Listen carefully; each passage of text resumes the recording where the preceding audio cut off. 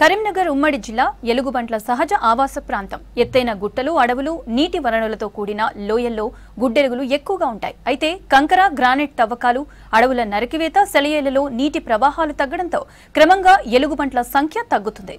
ఉన్న కొద్దిపాటి ఎలుగుబంట్లు వేసవిలో తిండి నీరు దొరకక జనావాసాల్లోకి వస్తున్నాయి.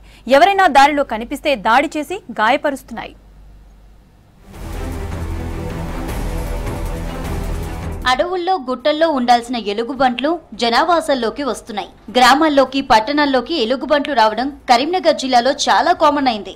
ఇప్పటికే కోతుల బెడదతో బెంబేలెత్తుతున్న జనం ఇప్పుడు గుడ్డేలుగుల భయంతో బిక్కుబిక్కుమంటూ జీవిస్తున్నారు. గ్రానైట్ తవ్వకాలతో రోజు రోజుకు గుట్టలు తగ్గిపోవడమే ఇందుకు ప్రధాన కారణమంటున్నారు పబ్లిక్.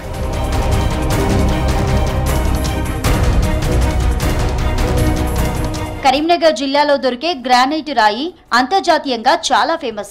ఈ రాళ్ల కోసం జరిగే తవ్వకాలే కరీంనగర్ జిల్లా ప్రజల పాలిట శాపంగా మారాయి. ఉమ్మడి జిల్లాలో కొత్తపల్లి, బోయినపల్లి, మానకొండూరు సహా మరో 8 మండలాల్లో గ్రానైట్ తవ్వకాలు జోరుగా సాగుతున్నాయి. 720కి పైగా గుట్టల్లో తవ్వకాలు జరుపుతుండగా వీటిల్లో 300 చోట్ల గ్రానైట్ తవ్వకాలు జరుగుతున్నాయి. మిగతావన్నీ కంకర రాళ్ల కోసమే తవ్వేస్తున్నారు. ఇలా విచ్చలవిడిగా తవ్వకాలతో ఎలుగుబంట్లు ఆవాసం కోల్పోయి బాంబు పేలులతో బెంబేలెత్తి గ్రామాల్లోకి వస్తున్నాయంటున్నారు జిల్లా వాసులు. బ్లాస్టింగ్ చేయడం వల్ల గుడ్డెలుగులు బహిరంగంగా వచ్చి రైతుల మీద దాడి జరిగింది. అలాగే ఆయన ప్రాణ పరిస్థితుల్లోనూ అట్లనే కూడా ఏదైతే చిగురుమాడి మండలంలో కూడా సైదాపూర్ సుందరగిరి గుట్ట నుండి కూడా కిందికి దిగుకుంటూ ప్రజలు భయభ్రాంతులు చేసిన సంఘటనలు చూసినాం. అలాగే కోయల్లో కూడా దాడులు చూసినాం. అయినా కూడా అటవీ శాఖ కూడా ఏమాత్రం పట్టించుకోవడం లేదు. అలాగే గ్రైనైడ్ ద్వారా గుట్టలు ధ్వంసం అయిపోయి కూడా ప్రకృతి విధ్వంసం అవుతుంది. దాన్ని కూడా ఒక ప్రభుత్వం ఆలోచించాలి.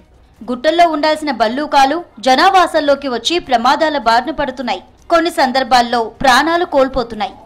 ఆహారం కోసం వచ్చి పొలాల్లోని క్రిమి సంహారక నీరు తాగి చనిపోతున్నాయి. వ్యవసాయ బావుల్లో పడిపోతున్నాయి. గ్రామాల్లో చొరబడి అడ్డు వచ్చిన వారిపై దాడి చేస్తున్నాయి. గ్రానైట్ తవ్వకాలు జరిగే అన్ని సమీప గ్రామాల్లో ఇదే పరిస్థితి. వన్యప్రాణులు సంచరించే ప్రదేశాల్లో తవ్వకాలు చేయొద్దనే నిబంధనలు ఉన్నా వ్యాపారులు పట్టించుకోవడం లేదంటున్నారు స్థానికులు.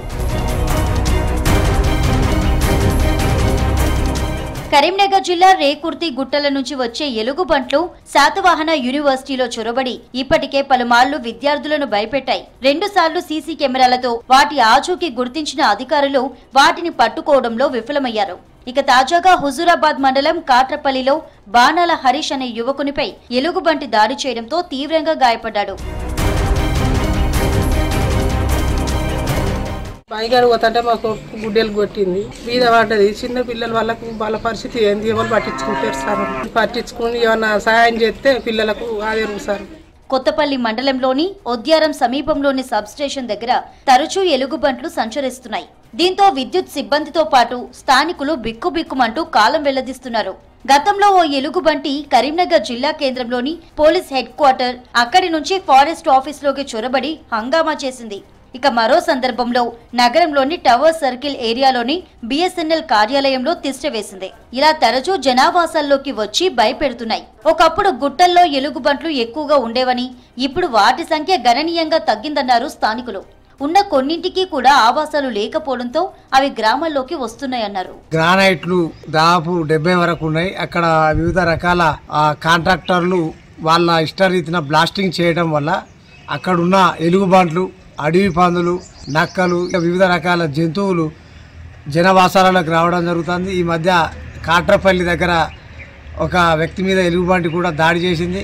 అదేవిధంగా పొలాల మధ్యకి వచ్చి అడవి పందులు సంచరించడం జరుగుతుంది. అక్కడ ఉన్న రైతుల మీద కూడా దాడులు చేసే పరిస్థితి కనబడుతుంది.